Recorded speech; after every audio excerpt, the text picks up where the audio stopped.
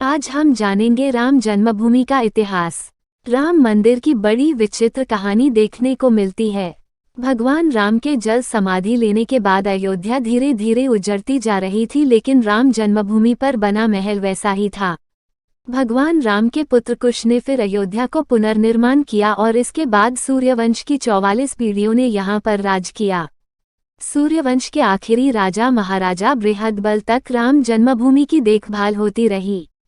महाभारत युद्ध के दौरान सूर्यवंश के आखिरी राजा महाराजा बृहदबल की मृत्यु अभिमन्यु के हाथों हुई।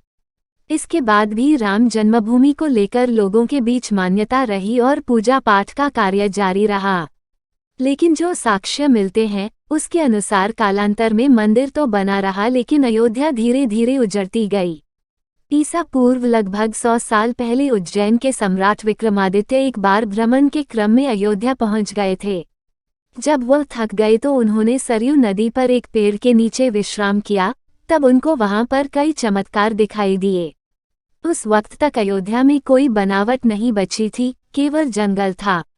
तब विक्रमादित्य ने खोज शुरू की। तब साधु संतों से पता चला कि यह भगवान राम की जन्मस्थली है।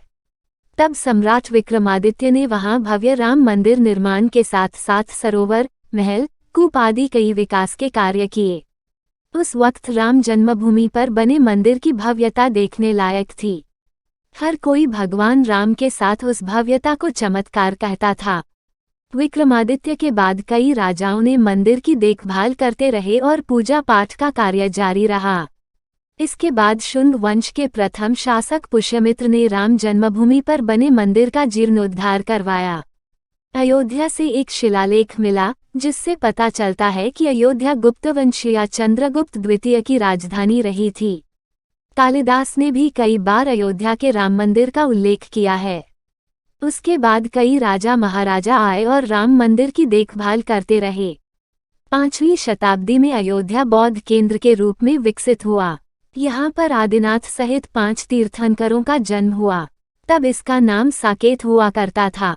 5वीं से लेकर 7वीं शताब्दी तक यहाँ पर कम से कम 20 बौद्ध मंदिर थे और उनके साथ ही श्रीराम का एक भव्य मंदिर भी था, जहाँ हर रोज दर्शन करने के लिए हजारों तीर्थयात्री आते थे। इसके बाद 11वीं शताब्दी में कन्नौज के राजा जयचंद ने मंदिर से सम्राट विक्रमादित्य का शिलालेख हटवाकर अपना नाम लिखवा दिया। पानीपत के युद्ध के दौरान राजा जयचंद की मृत्यु हो गई और उसके बाद बाहर से कई आक्रमणकारी आए और उन्होंने अयोध्या समेत मथुरा, काशी पर आक्रमण कर दिया और मंदिर को तोड़ा गया और पुजारियों की हत्या की गई। लेकिन 14वीं शताब्दी तक वे अयोध्या में बने राम मंदिर को तोड़ नहीं पाए। सिकंदर लोदी के शासनकाल के समय भी भव्य राम मंदिर था। 14वीं शताब्दी के बाद मुगलों का अधिकार हो गया और 1527-28 के दौरान भव्य राम मंदिर को तोड़कर उसकी जगह मस्जिद बना दी गई। लगभग 500 वर्षों के बाद 5 अगस्त 2020 को राम मंदिर निर्माण का कार्य फिर से शुरू हुआ। ऐसे ही रोचक जानकारी के लिए हमारे चैनल को लाइक और सब्सक्राइब करें।